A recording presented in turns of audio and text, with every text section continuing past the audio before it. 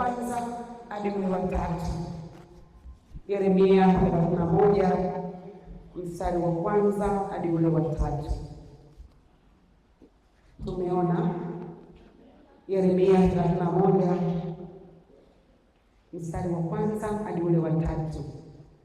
Kama tumeona, tusome wote katika Utatu Mtakatifu. Anasema, wakati huu asema Bwana, nitakuwa Mungu wa jamaa zote za Israeli, nao watakuwa watu wangu. Bwana asema hivi, watu wale walioachwa na upanga walipata neema jangwani, yaani Israeli, hapo nilipokwenda kustahilisha. Bwana alinitokea zamani akasema, naam, nimekupenda kwa upendo wa milele, ndiyo maana nimekuvuta kwa fadhili zangu. Amen. Naomba tukae watu wa Mungu.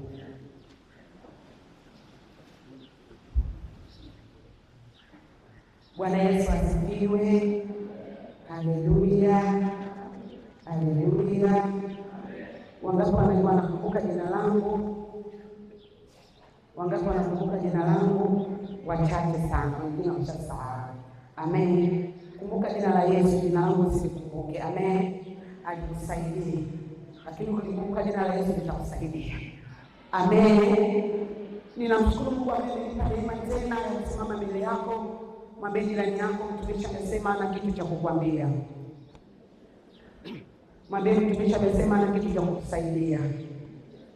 Lakini Yesu ana kitu cha kukusaidia. Yesu ana jambo la kusema na wewe. Yesu ana jambo la kuzungumza na wewe. Sema amen. Yesu ana jambo la kusema na wewe. Sema amen. Yesu amenituma kwako. Sema amen. Amenituma nimwakilishe hapa. Sema amen. Amen. Tumepewa kitu kwenye kalenda yetu kinachosema upendo wa Mungu utawale. Amen. Hebu imba na mimi kidogo. Utawale, utawale tu. Mwambie Yesu atawala. Tena tawala. Utawale. Yesu atawale.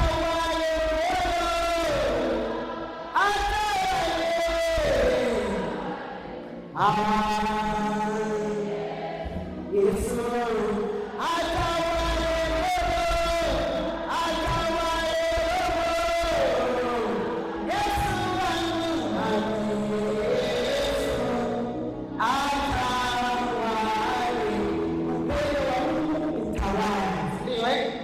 amen. Nini maana ya upendo? Kama ni haraka kidogo, kuna mahali tunatamani tufike. Amen. Bwana nataka tuombe tena, sishaomba. Bwana asifiwe. Jina la Bwana libarikiwe. Kwa sababu ya muda ibada, natamani tuendelee hapa. Kuna vitu natamani niziguse hapa. Vigagula vimejikalisha kwenye ibada hapa, vigagula. Natamani tuguse hapa, tuvitimue. Si ndio natamani tuvichomoe, viondoke. Amen. Watu wamekuja kwenye ibada waondoke wakiwa wazima. Amen. Yesu yuko hapa kwa ajili ya kutuhudumia. Nini maana ya upendo? Nini maana ya upendo? Mimi nilipotafakari nikawaza, sijapata maana nyingine, nikaona upendo ni Mungu. Full stop. Amen. Upendo ni Mungu. Waraka wa kwanza wa Yohana 4:8. Waraka wa kwanza wa Yohana waliokuwa asubuhi tumesoma.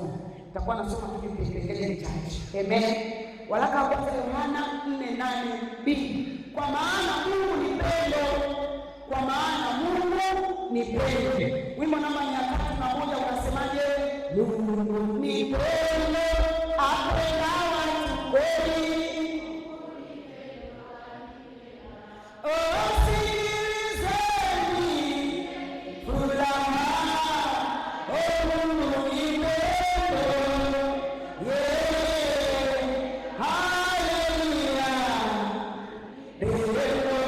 Hallelujah.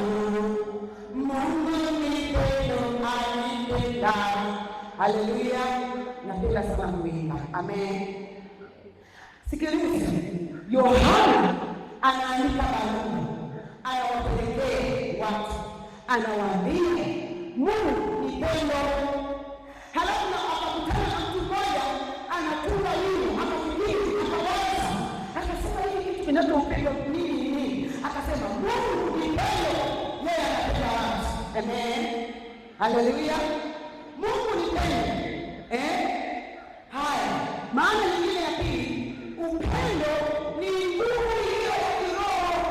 Wanaoandika wanaandika, lakini wanaoshangaa wanaendelea kushangaa. Amen. Wanaoandika wanaandika, au baadaye wanaenda kukaa, wanamwambia Roho Mtakatifu nifundishe zaidi.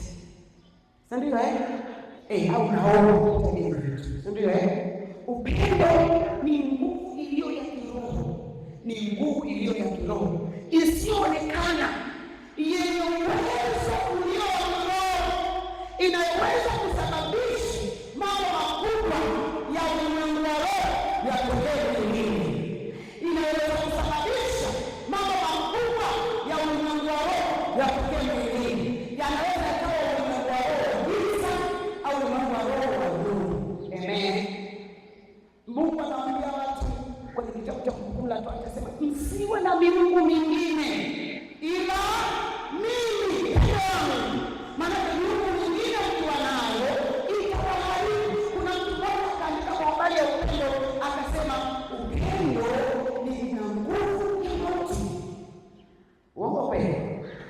Upendo una nguvu ya nini? Ya mauti. Lakini pia upendo ni kama moto unaoteketeza msitu mkubwa. Uongo kweli? Mtu akipenda sikiliza, alani hana aoji, anapenda. Soma kwenye kitabu cha Mwanzo, kwenye kitabu cha Samueli, akakutana na mtoto wa Daudi, akampenda na dada yake, akakataa kula, amefanyaje? Anauma. Halo, huo sio upendo wa Mungu. Sawa Mungu ni pendo. Pendo ni nguvu iliyo ya kiroho isiyoonekana, yenye uwezo wa kusababisha mambo ya roho yaje mwilini, mambo ya roho yaje mwilini. Mtu akipenda kitu, mtu akipenda mtu, mtu akipenda jambo, lazima atumie namna yote ili aweze kufanya. Kitabu cha Yohana sura ile ya 24 aya ya 24. Injili ya Yohana 4:24 anasema Mungu ni roho, nao waabudu yeye imewapasa kumwabudu katika roho na kweli. Yeye ni roho, aonekane. Mungu anaonekana? Aonekane, lakini mambo yake yanaonekana. Si ndio? Mungu aonekane, lakini mambo yake yanaonekana. Haleluya. Haonekani katika mwili wa damu na nyama.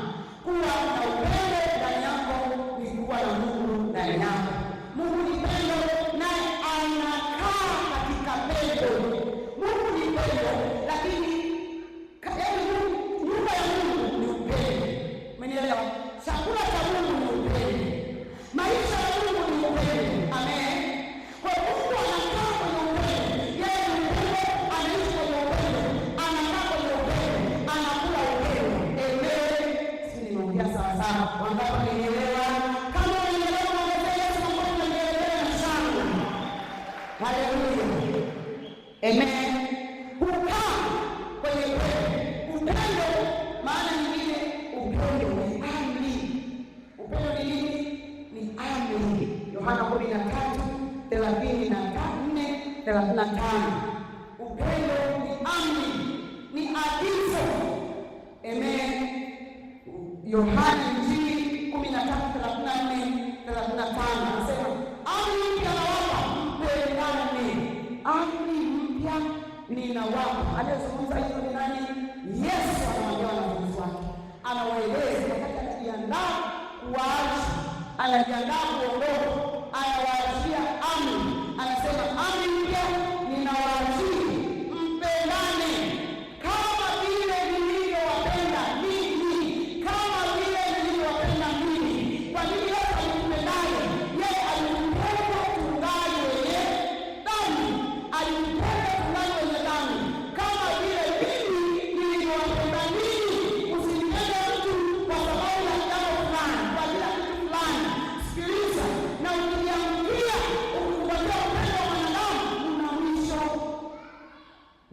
jirani yako, upendo wa mwanadamu una mwisho, lakini wa Mungu hauna mwisho. Anasemaje? Anasema hivi kwenye Yeremia 31:7, Bwana alitokea zamani kule alitokea, akafanyaje? Akasema, naam, nimekupenda kwa upendo wa milele, nimekupenda kwa upendo wa milele. Alitokea zamani, alipotokea akaniambia, akanieleza, akaniambia. Amen. Bwana Yesu asifiwe. Jina la Bwana lipewe sifa. Jina la Yesu lipewe sifa. Akaniambia, na nikupenda kwa upendo wa milele. Ndiyo maana nimekuvuta kwa fadhili zangu. Nimekupenda kwa upendo wa milele. Na ndiyo maana nimekuvuta kwa fadhili zangu. Kwa nini Mungu amekupa uhai? Ni kwa sababu anakupenda. Kwa nini Mungu amekupa akili? Ni kwa sababu anakupenda. Ni kwa sababu Mungu amekupa nguvu. Ni kwa sababu anakupenda. Ni kwa sababu Mungu kwa jina la kuanzia asubuhi kwa imani. Hakuna mtu aliyekuandikia barua ya kwenda njoo kanisani. Hakuna mtu aliyekuja kukuombea mambo kwenda njoo kanisani. Lakini unaenda mwenyewe, unaomba, unavaa nguo, unaondoka. Ni kwa sababu gani? Ni kwa sababu anakupenda. Sio kama anakupenda wewe, anapenda kile alichokuweka ndani yako. Kuna kitu cha thamani ambacho Mungu amewekeza kwenye maisha yako.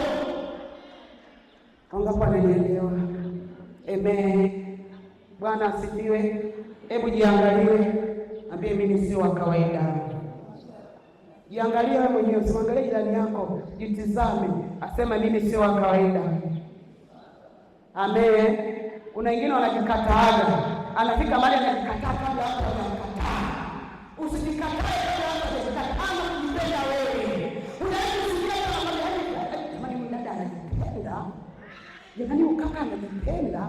Jipende wewe, usipendwa. Amen. Penda maisha yako kwanza. Penda afya yako kwanza. Penda maisha yako kwanza. Asiyependa maisha yako kufa, asiyependa kufa, anamsuia mwili wako usiye mabaya. Si ndio? Amen. Haleluya. Haleluya. Sikiliza, naye ashikaye amri zake hukaa ndani yake, yeye naye ndani yake. Anayekaa ndani yake, yeye naye Mungu anakaa ndani yake. Soma waraka wa kwanza Yohana sura ya 3 mstari wa 24. Tumesoma. Amen. Somaji alisoma mpaka akapitiliza, mpaka ukishukia, mpaka ukitaka kushuka kama kwenye somo la kwanza. Si kama mmeona. Bwana asifiwe. Anasoma mpaka kashuka, akasoma mpaka mwisho. Jinsi Mungu alivyowajabu mpaka huo, sio kasahau mpaka ukishuka. Haleluya. Tusome mstari wa 24 anasemaje? Anasema hivi, mstari wa 24 waraka wa kwanza Yohana 1:24. Naye ashikaye amri zake hukaa ndani yake, yeye naye ndani yake. Na katika hili tunajua ya kuwa anakaa ndani yetu kwa ule Roho aliyetupa. Kwa ule Roho aliyetupa. Kumbe Mungu anaweza kutupa Roho. Sasa huyo Roho anafanyaje? Anakaa ndani yetu. Huyo Roho akija kukaa ndani yetu, kama kuna ulimwengu ulio ndani, inaondoka. Kama kuna ulimwengu unakaa ndani, inaondoka. Kama kuna madini yanaishi ndani yako, yanaondoka. Kama kuna mizimu inakaa ndani yako, ilikuwa na uhai, Roho wake akikaa ndani yako, yanaweza chini, hayatakaa. Maanake havikai pamoja. Wangapi wananielewa? Amen. Hebu mtakie Yesu kwa pamoja kubwa. Mungu akubariki. Haleluya. Haleluya. Anayeshika amri zangu anafanyaje? Anakaa. Yesu anakuja anakaa. Anakujaje kukaa? Amen. Anakujaje kukaa ndani yako? Soma kwenye kitabu cha Mwanzo sura ile ya 2 mstari wa 7. Some hapo. Nenda chap kidogo. Mwanzo 2:7 anasemaje? Mwanzo 2:7. Kiko mwanzo kabisa. Usitafute sehemu nyingine. 1, 2, 3 twende. Bwana Mungu akafanya mtu kwa maumbo ya ardhi, akampulizia puani. Sema tena puani. Sema tena puani. Puani akampulizia nini? Pumzi ya uhai. Mtu huyo akafanyaje? Akawa nafsi hai. Akamuumba mtu kwa mavumbi ya ardhi. Alipomuumba akawa kama hiyo boksi amekaa. Mungu akafanyaje? Akampulizia. Bwana asifiwe. Haleluya. Ili ukifunga pua na mdomo utaishi siku nzima. Utasurvive masaa 3. Wakufunga pua na mdomo kwenye masaa utakuwa hai. Halo, utakuwa hai. Hicho ambacho Mungu alikiweka ndicho shetani anakitafuta. Sawa? Hicho Mungu alichokiweka anasema akampulizia puani. Tunasema nini? Puani. Akampulizia nini? Pumzi ya uhai. Puani mwake pumzi ya uhai. Huyu mtu alipopuliziwa akawa nafsi hai. Maana uhai ni Mungu mwenyewe. Maana uhai ni upendo. Maana Mungu asiyempenda asingeipa nafsi yake. Maana Mungu aliyeua akaingia ndani yangu. Yesu akaingia ndani yangu. Maana ni Mungu anayetembea.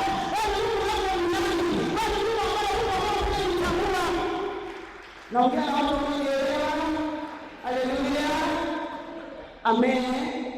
Amen. Wewe ni Mungu. Na ndio maana anazungumza kwenye Kumbukumbu la Torati, anasema kwenye kinywa chako kuna uhai na mauti. Ushakusoma hapo mahali? Ushakusoma? Kwenye kinywa cha wanadamu kuna uhai, kuna mauti. Kwa nini kuna uhai na mauti? Hata kwenye kinywa cha Mungu kuna uhai. Alipopuliza uhai, uhai ukaja. Mungu aliposema wape walikufa. Halo. Na wapenda katika jina la Yesu. Mungu ni pendo. Kweli. Tutaimba baadaye. Haleluya. Yesu asifiwe. Yesu atukuzwe. Anakaa ndani yangu, nitakaa ndani yake. Na Mungu atakaa ndani yake. Anapokushaka na kanyaye, anamweka roho wake ndani. Huyo roho ni nani? Ni pumzi yake. Ukisoma kwenye kitabu cha Mithali anasema pumzi ya Bwana ni jicho la Bwana. Pumzi ya wanadamu ni jicho la Bwana. Linapesa yote aliyofanya. Pumzi ya wanadamu ni jicho la Mungu linalopeleleza. Sina nielewa ninapeleleza nini? Kama kuna jambo amekupigia baya, kwa sababu pumzi ya Mungu iko ndani yako, anakuonyesha. Kama kuna tukio limepanga juu yako, kama nilipokuwa naomba, nimeona kuna watu wametengenezewa matukio mwezi wa 7. Kuna watu ambao wameambiwa hawatafanyaje, hawataishi, watakufa. Na mimi nataka kujibu ya moja Mungu aliye hai. Hawatakufa naye ataishi. Naye atasimama mbele ya Mungu aliye hai. Hao wote wanaona mabaya, watakuwa na mabaya wao. Sema amina Mungu. Yeye anayependa anatukuza kwenye roho zake. Anatukuza kwenye maneno yake. Anasema kwenye Zaburi 91 mstari wa 4. Anasema anatukuza kwenye mbao. Anasema kwenye mbao. Hivi ndio watu tunaangalia. Sema yeye Mungu ni hai. Uhai wangu ninakuja kwenye mbao zako. Maisha yangu inakuja kwenye maneno yako. Yanayoitwa ndani ya Yesu. Kwa upendo unaitwa ndani ya Yesu. Sema amen. Bwana Yesu asifiwe. Sikiliza nipe ushuhuda wangu. Asubuhi hata sijatoa ushuhuda kwa sababu ni bana na muda, hata sijaomba sana asubuhi. Sikiliza nikupe ushuhuda. Nikupe ushuhuda. Juzi nilienda kufanya huduma mahali huko Kibaba. Nilipoenda kufanya huduma, yule mama wakati niko nafanya huduma mahali, sio kwa yule mama mahali, nikamwambia kuna kijana, nikamwambia kuna jambo ambalo unapitia, kuna mahali unapitia kama yule kijana kweli akaja. Sikumpa ile nilizungumza hivi. Yule kijana akaja. Alipokuja akasema mtumishi, chini ya ziwa, nikamwambia hapo hapo. Akasema matatizo makubwa, anasema Yesu ameyaona, sio mimi. Yesu ameyaona hayo matatizo na anataka yashughulikie. Amen. Yesu ameyaona, anaona mapito yako, anaona changamoto zako, anaona kilio chako, anaona usio wako, anaona mkono wako, anataka ushughulikie. Yesu yuko tayari ushughulikie. Yesu alipokuwa anapita mbele kwa mlango, akakutana na mtu amelala ndani ya dakika mbili, akamuuliza, unataka kuwa mzima? Yule akasema sina mtu. Akamuuliza mara ya pili, unataka kuwa mzima? Akauliza mara ya tatu, unataka kuwa mzima? Haleluya. Akamwambia, beba godoro lako ondoka. Nikamwambia Yesu ameshaona, yuko tayari kufanya. Hata na wewe kwenye imani, watu wamkurudia. Yesu ameshaona tatizo lako. Yesu ameshaona mzigo wako. Yesu ameona mahali unapitia. Yuko tayari kuona wewe mzigo. Hautaki kuona wewe. Hautaki kulia wewe. Hautaki kukata tamaa wewe. Mpendeze hili mlema. Sikiliza msimulie jambo. Ukienda kwa Waswahili, utasikia kuna maneno wanasema ya kwamba mzigo mpe nani? Mpe Mnyamwezi. Wanyamwezi hapa. Tuwape mizigo. Amen. Mzigo mpe Mnyamwezi. Mnyamwezi wetu ni Yesu. Anatangaza, anasema njooni kwangu ninyi nyote mnaosumbuka na kulemewa na mizigo. Tena anasema alinivuta kwa kamba za upendo wake. Alinivuta kwa kamba za upendo wake. Kama unataka anakuvuta. Anatupa moyo anakukamata kwenye shingo, anakuvuta. Unataka usitake, anakuvuta. Hayuko tayari kupoteza thamani aliyoweka ndani yako. Yesu ameweka msaada ndani yako. Msaada wa watu, ameweka majini ya watu kwenye maisha yako. Alafu wewe unaweka na wanyama. Sikiliza nikwambie, Yesu ambaye ni pendo, hatakuacha upotee, lazima akufuatilie. Na mimi mwenyewe naweza kuondoka mpaka tabana kizalini. Mwongezee tena Yesu makofi na kelele. Ongeza tena. Haleluya. Haleluya. Mungu alimpenda mwanadamu tangu alipomuumba. Sikiliza, anasema kwenye kitabu cha Yohana 3:16 mstari wa moyo unasemaje? Asante sana, tawanunulia soda. Mnidai soda, sawa eh? Yaani washarika wote mnanitazama. Hamjui mstari wa moyo. Mstari wa moyo huu. Amen. Turudie wote kwa sauti kubwa. Kwa sauti kubwa tuongeze tena. Kwa maana jinsi hii Mungu alimpenda ulimwengu hata akamtoa mwanawe wa pekee, ili kila mtu amwaminie asipotee, bali awe na uzima wa milele. Tuongezee Yesu makofi na kelele. Sikiliza nikwambie, hata kama wanadamu walimwacha Mungu, Mungu alipoelekeza pumzi yake, wanadamu akakengeuka, akaacha njia ya Mungu, akapotea, akatembea njia zake, akajitengenezea miungu yake. Sikiliza kama kitabu cha Petro wa kwanza sura ya 2 mstari wa 8 utaona unapotengeneza sherehe za upendo ili waonase watu kwa uzinzi. Uongo kweli? Kuna watu wametengeneza nini? Sherehe za upendo ili waonase watu kwa hii zinaa. Wanafikiri unapenda, kumbe unaenda kutupeleka kwenye mtego, unapeleka kwenye nini? Kwenye ulimbo. Wanaona najua ulimbo. Tulikuwa tunategaga ndege. Mimi nimecheza mchezo wote. Nilikuwa natega ndege. Sawa eh? Kutega ndege unachukua mpunga au mpunga, unaweka hapo, unaweka ulimbo, alafu unaweka nini? Ule mchele katikati. Ndege akija wanakuja kuja kula nini? Mchele. Napendwa, nimeletewa mchele. Yaani mchele umetoka vizuri. Yaani mchele wa Mbeya ni msambala. Una harufu nzuri. Unanukia. Halo. Kumbe unaenda kwenye ulimbo.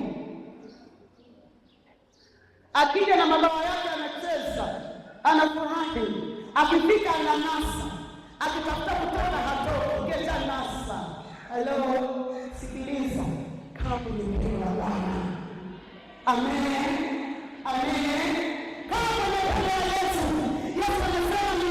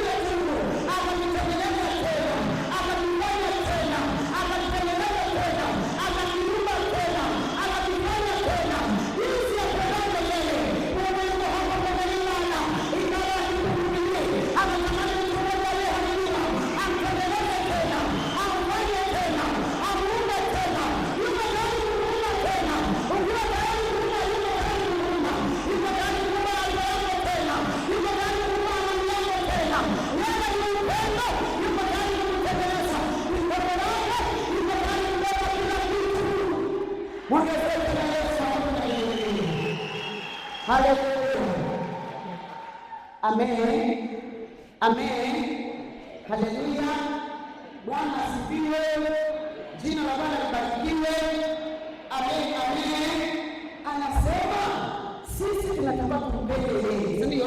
Hilo ndio upendo. Sio kwamba sisi tulimpenda Mungu, bali yeye alitupenda sisi. Walapo hapa Yohana 4:10. Sio kwamba sisi tulimpenda, alitupenda. Hivyo wengine wanampenda. Kuna mwimbaji mmoja wa dunia, mimi napenda kuimba wimbo, anaimbaga hivi wala. Hivyo mpenda. Kwa kama Mungu anampenda. Kwa kama mnyani anampenda. Hebu sema nakupenda tu. Sema tena nakupenda tu. Sema tena nakupenda. Anakupenda ile ile ulivyo. Sikiliza nikwambie, hata kama umekaa wapi, hata kama dunia inakulaza namna gani, Yesu anakupenda tu. Mwenyewe anasema Yesu anakupenda tu. Ile ile ulivyo anakupenda tu. Hata kama ni mzuri hakuna wewe, yeye anakupenda. Lazima ukupende wewe mzuri. Lazima ukupende wewe. Hata kama unaona tabia kama Yesu anakupenda. Wewe ni nani lazima mtekeleze tena. Amen. Nakupenda tu. I love you. Bwana Yesu asifiwe. Jina la Bwana libarikiwe. Nampenda sana Yesu. Sasa sikiliza, ule mwingine anasema usahau, si ndio? Nakumbuka, sio kama nimesahau. Nakumbuka. Akaniambia tumishi sijui ni zito. Nikamwambia hakuna gumu mbele za Bwana. Yote yanawezekana kwake yeye. Amen. Akanieleza. Nikamwambia kunieleza Mungu hajaona kama nafanya. Nikamwambia Mungu bali. Akaniambia hata kama angekuwa watu hivi. Naenda usiku na usiku. Bwana Yesu asifiwe. Naenda. Yuko wapi? Yuko Kibamba. Hapo tuko kutembea kwa miguu, na tembea kwa miguu naenda. Hapende nini? Tumeshiko bize, nikaambia yaani wewe uko bize. Mimi siko bize, Yesu yuko bize. Unaona tunapokuwa? Yaani Yesu ameamua kumsaidia, yeye yuko bize. Anasema yuko bize. Ninaambia yuko bize. Sasa sikiliza, kama uko bize, nenda usiku wa manane. Niambie muda wako, saa 4 za usiku tunaweza kwenda? Saa 5 za usiku tunaweza kwenda? Saa 8 basi mtumishi tutaanza. Nikamwambia wiki hii aishi kwa nasikia huko ndani tunachemka. Yeye mtakatifu anatamani akazae mtu. Anatamani akamzae mtu na kupenda hizo tenda. Na kupenda huko. Bwana asifiwe. Na kupenda balaa. Jumatano alipigia katika ya huruma. Kaambia sasa mbona wanataka kunipotezea hii tenda? Akaniambia simama kesho. Naambia safi kesho. Nilikuwa na huruma nikaiahirisha, nikatafuta kumwambia endelea huko. Unatenda Mungu alimtuma nikamwakilishe.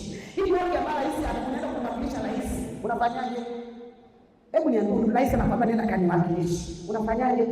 I say, nenda kumwakilisha rais wa marais. Mkuu wa wakuu, mfalme wa wafalme, Bwana wa mabwana, Jehova mwenye Bwana wa mabwana. Hayo ni ndio zilai. Nitaenda kumwakilisha. Nitaenda kumwambia kuondoka. Tunaenda tunafika kwa ile nyumba. Yule mama anatupa ya sumu. Anataka kunywa. Sikii, tusingeenda siku hiyo. Tungekuta nini? Maiti. Mungu atakuacha ufe. Natangaza tena, Mungu atakuacha ufe. Hautafia njiani kwa jina la Yesu. Hautafia njiani kwa jina la Yesu. Hautafia njiani kwa jina la Yesu. Mambo yako hayatafia njiani. Kama mambo yako hayatafia njiani. Kila jambo hayatafia njiani. Hata mchelewesho, lakini kesho atakwenda wako wa Bwana. Bwana Baba atakutambulisha kesho. Bwana atakusemea leo, kesho atakupigia wewe sauti. Bwana Bwana mpoeni wale wanaokusudia. Usiwachukie hao ambao wanakutengeneza. Bwana Mungu anakushukuru kwa leo maadili zangu. Maana yeye anasema waombee wanao kuishi. Kwa nini waombee? Kwa sababu wao ndio mtani. Sindio? Hao ndio daraja la kukupeleka kwa sheria. Maana wanaokalia kwa msemaji ni kwa sababu wanaogopa. Wala sio wa kawaida.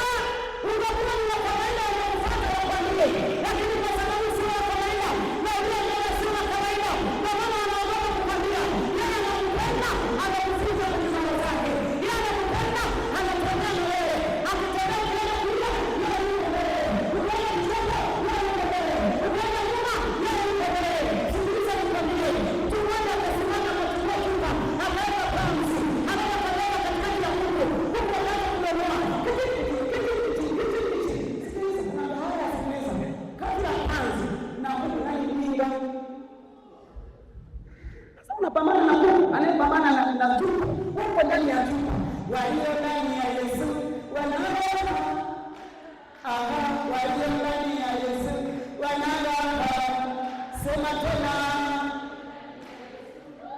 Tutaenda kesho. Amen. Sikiliza, upendo unalala. Upendo sio kawaida.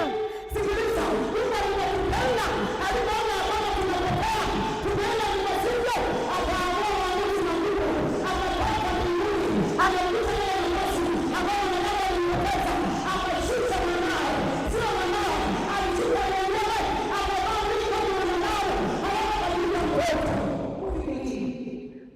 Amen. Yaani mwenyewe anatoka mbinguni, anavaa mwili, anakuja duniani, halafu anajiita nani? Mtoto.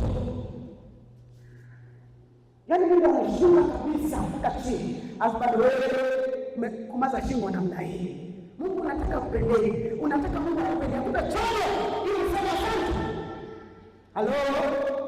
Bwana asifiwe. Bwana Yesu asifiwe. Ni kitu gani kinakutana wewe na Mungu wako? Yeye ni Adam, yeye ni Judu, yeye ni Saa, yeye ni mtu. Ni nini kinaweza kutenda? Sikiliza nikwambie, kama ni upendo wa Yesu, ukitaka ni upendo wa Yesu, kuna mambo utaona. Sikiliza nikwambie, kuingia kwenye mambo, yeye anaingia na wewe. Hayakuwa mambo ya kukuuliza, utakaa salama. Wakunachanga kidogo na lengo. Walipambana hapa kidogo, wakafanya nini mjini mjini. Ila mjini wetu mjini. Yeye tena anasimama kwa kujitamba. Wanasema ila mjini wetu, yeye ni upendo. Manake upendo ni wetu. Tena ni wetu wao. Wanapotea kile kwenye moto. Waliweka kwenye moto. Wanatembea kwenye moto namna ile. Sio wanatembea kwenye moto. Wako ndani ya Yesu, Yesu yuko ndani yao. Wako ndani ya Yesu, Yesu yuko ndani yao. Yesu anawakuta kwenye mbawa. Wako kwenye mbawa za Yesu. Yesu anawabeba. Walipotoka, walikuwa watatu. Walikuwa ndani, walikuwa nne. Nani waliokuwa nao? Walikuwa na mtu anayeitwa upendo.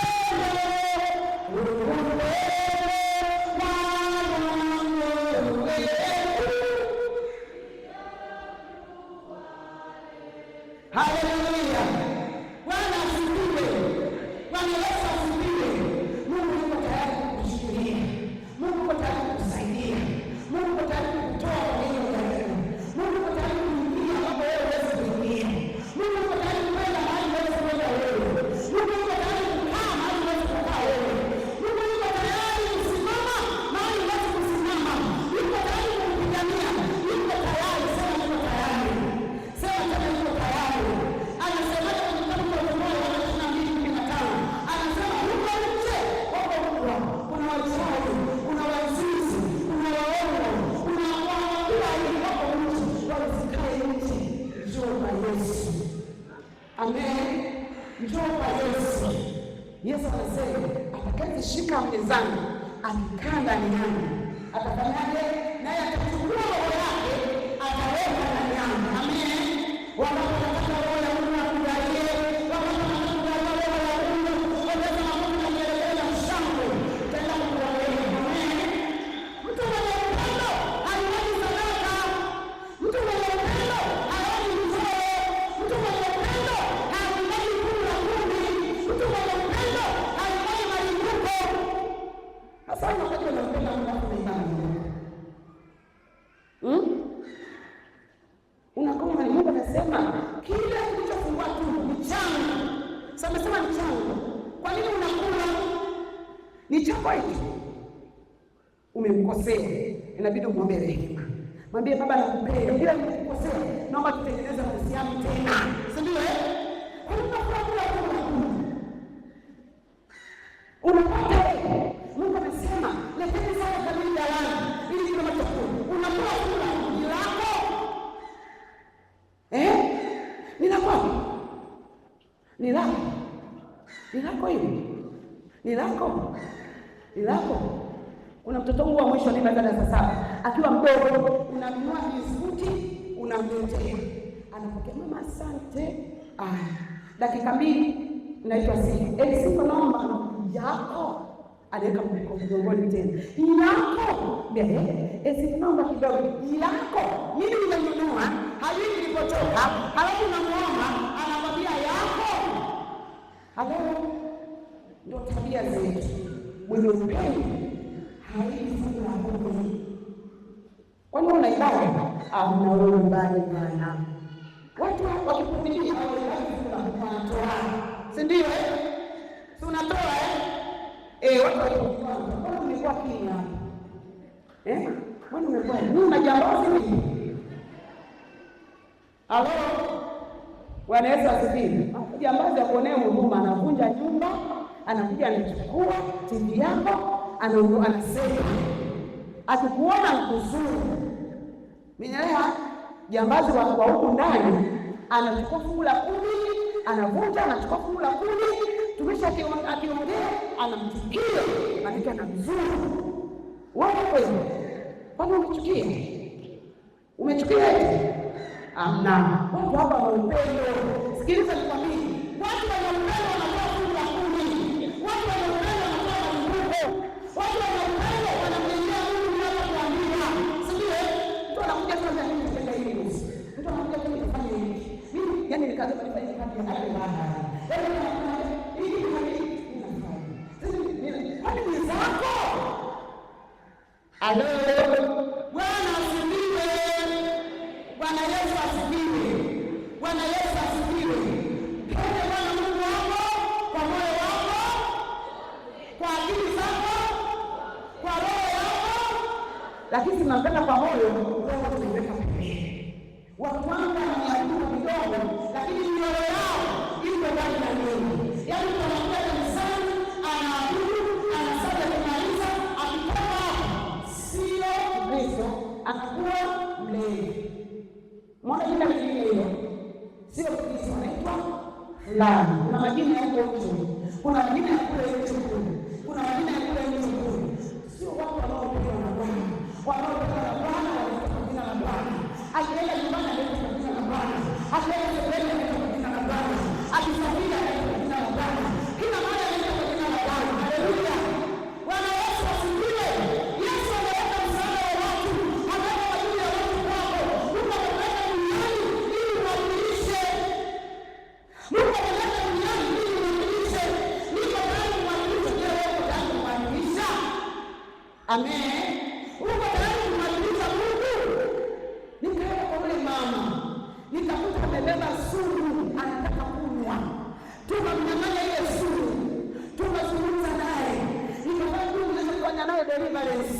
Nikaanza kuzungumza naye. Bwana wako karudi. Anasema nyatani nipe. Mimi nataka kufa tu. Tukamwambia huyu leo. Kuna watu wanataka msaada kutoka kwako. Kuna majini ya watu. Anasema mimi ndio na majini ya watu. Hebu niangalie hivyo. Mimi ndio na majini ya watu. Nikamwambia mama yule huyo. Kuna majini ya watu hapa kwako. Kuna watu wanataka msaada kutoka kwako. Kuna watu wanataka kupona kupitia wewe. Kuna watu wanataka kufunguliwa kupitia wewe. Wewe ukifa unakuwa na msaada wa watu. Hao watu ambao watakuwa wasaidie, nani anaweza kuwasaidia? Sikiliza. Yesu ambaye ni upendo akaingia kama vile moyo. Akaufunika ule moyo wa yule mama. Kwa kitabu cha Ezekieli anasema ataondoa moyo wa jiwe, ataweka moyo wa nyama. Akaondoa ule moyo wa jiwe yule mama. Akaweka moyo wa nyama. Yule mama akasema namtaka Yesu wetu. Namtaka Yesu wetu. Yesu anayependa namtaka. Yesu anayependa namtaka. Ni juzi wiki iliyopita. Sikiliza nikwambie. Kama sijaondoka sana ya toba, yule mama, Roho Mtakatifu nilimshukuru. Nikachukua simu. Nikapigia simu mtumishi wa Mungu Sadika. Nikamwambia mtumishi, unapoondoa Yesu anakuletea. Sikiliza nikwambie kwa wapi. Ananiambia nimelala. Nikamwambia lala, lakini Yesu amenituma. Kwenye Sadika. Ananiambia tunampigia mwote. Nikaenda kwa Yesu. Yesu ameleta. Yesu amenichukua. Nani mkabidhi huyu mama? Haleluya. Bwana Yesu asifiwe. Kuna watu Yesu anataka watengeneze hapa. Kuna watu Yesu anataka wafinyange hapa. Kuna watu Yesu anatengeneza msaada. Umebaki unalia, hautaki kulia wewe. Unatakiwa kutoa machozi. Wewe watu una huzuni, hautaki kubaki unalia huzuni. Unatakiwa wasaidie watu wanataka kulia huzuni. Tatizo lako Mungu anakupa hiyo tatizo ili wasaidie watu wengine. Lakini wewe unabaki mimi nina shida. Mimi nina tatizo. Unabaki na bendera umeelewa tatizo wewe. Sikiliza nikwambie, ile tatizo leo unashika bendera ile tatizo. Bendera ya Yesu inainuliwa. Wangapi wanataka kuinua bendera ya Yesu? Na kushika bendera ya matatizo.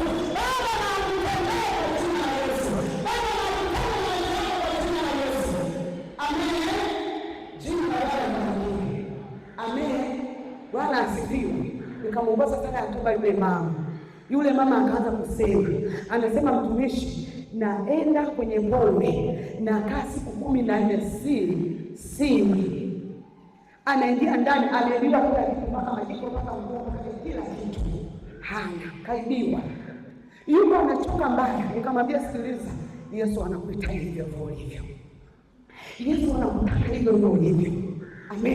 Hivyo ulivyo, anakutaka ulivyo. Anataka kusaidia, anataka atengeneze msaada wa watu.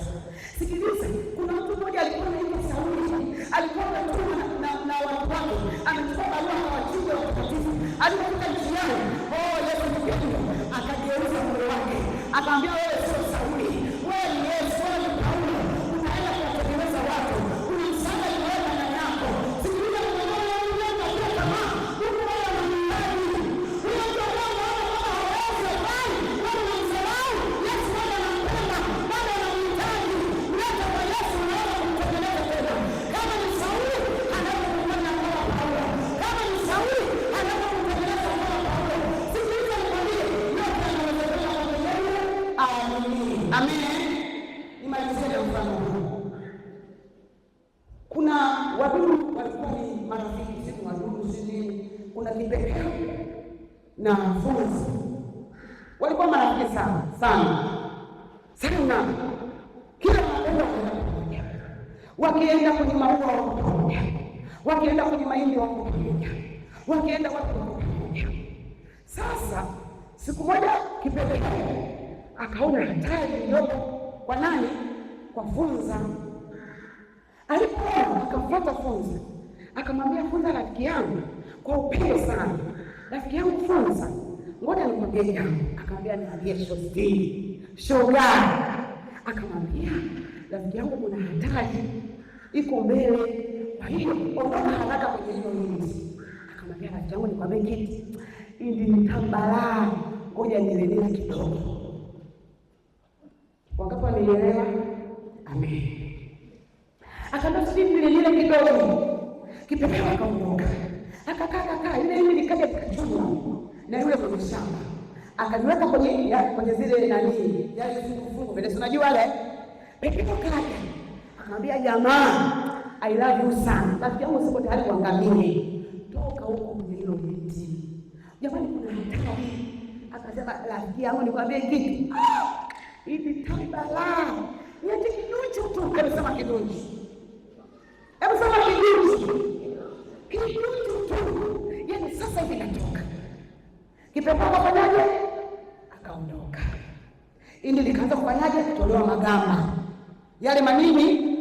Nani ya nini? Alo. Katolewa kaweza kaweza.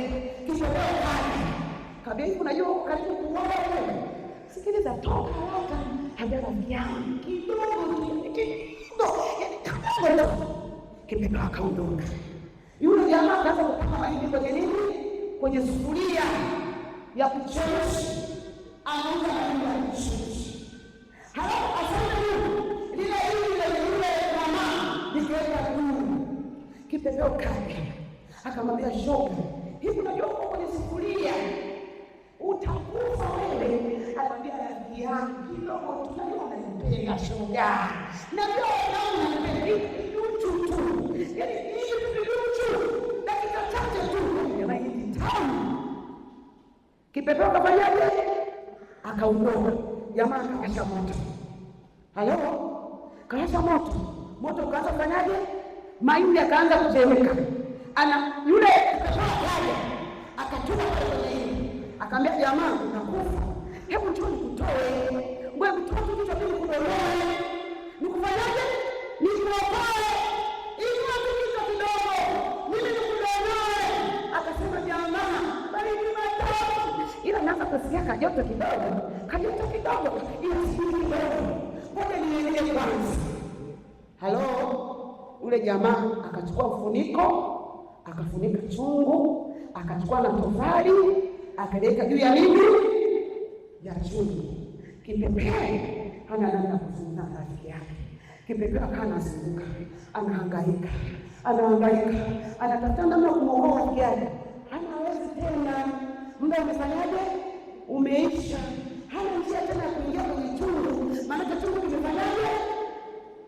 Chungu kimefanya nini kule nyuma? Kimefunikwa na nini? Na ufunikwa na nini? Na tofali juu. Kipepeo nao kufunua tofali? Hawezi. Ndio maisha ya funza akafanyaje? Yakaishia hapo. Akafa. Anatafuta namna ya kutoka kule, hawezi. Anaita kipepeo. Kipepeo hayupo. Kipepeo asikii. Kipepeo